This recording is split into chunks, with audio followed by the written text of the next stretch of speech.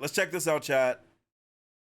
This is our final look at what Soulstice is actually going to be. And with all the references to God of War 3 and Devil May Cry and City of Ilden is Berserk, the staging grounds I'm for down. an apocalyptic attack by the nefarious spawn of chaos, an army of demonic creatures that happens to be swarming into the city through a giant tear in the sky, not unlike Dragon Age Inquisition's Fade Rift absolutely. or Pokemon Legend Arceus' massive space-time rift. Here they are.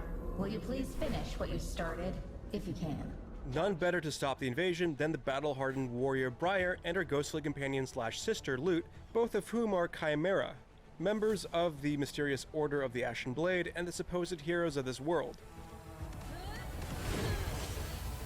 Things don't exactly work out with the other Chimera, and you, playing as the dynamic duo, are left to vanquish the spawn of chaos by yourself, if not for the help of a few unlikely friends. This is the premise of Soulstice, a frenetic, combat-focused, third-person action-adventure game with lots of unique combos that would feel right at home in any Devil May Cry game.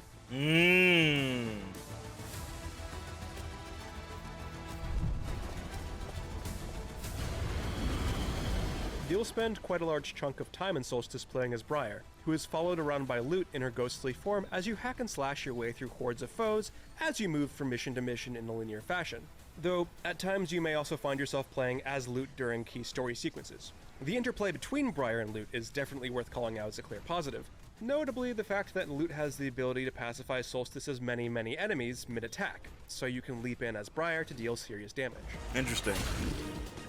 That It's does great, sound then, fun. that Soulstice keeps a steady pace from the beginning, gradually ramping up the difficulty and showing you the ropes through tutorials which intermittently pop up to explain a new mechanic, of which there are surprisingly quite a few, even in the first few chapters. This level design is linear. However, it seems like there are just enough secrets hidden in the nooks and crannies of the Sacred City to keep explorers satisfied.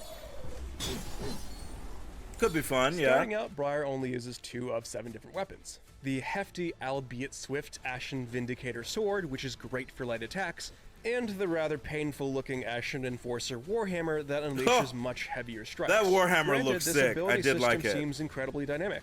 As you progress, you gain access to a full set of diverse upgrades that include passive stat bonuses, as well as entirely new abilities like Ferocious Assault or Thundering The Advance. purples, Wonder, Both of I which think look happen to be great. activated by combos Yeah, of they basic gotta have quick Stinger and Helm attacks, Splitter, no and matter they're all what. pretty bombastic in their own way.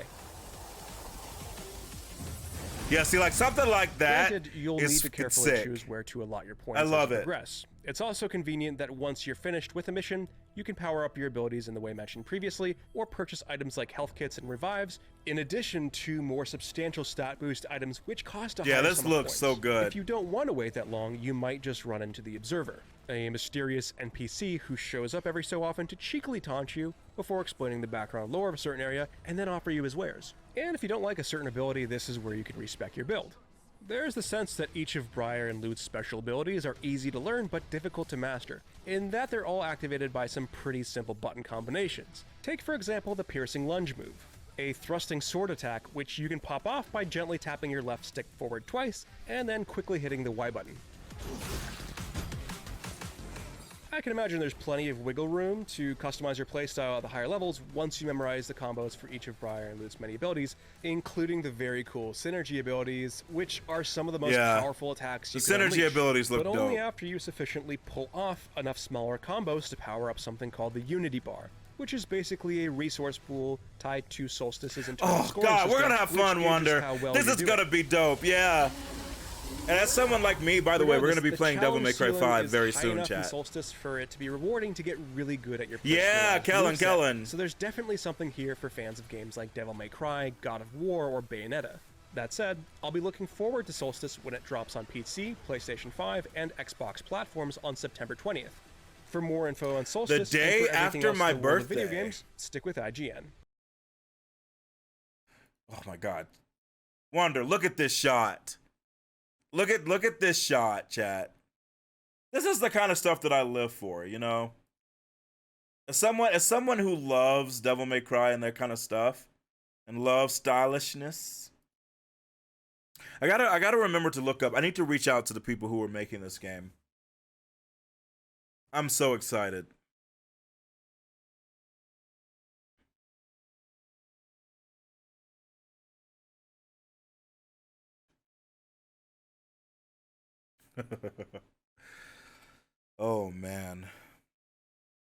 gonna have some fun.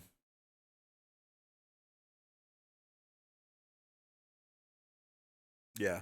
Yeah. Gonna have me some fun. Gonna have me some fun. Really good at your I don't know how long the moveset, game is gonna so be. there's definitely something I have here to for assume fans of not games too like Devil long, May you know? Cry, God of War, or Bayonetta. Yeah. Think we're gonna have a good time. Think it's gonna be great. I'm ready.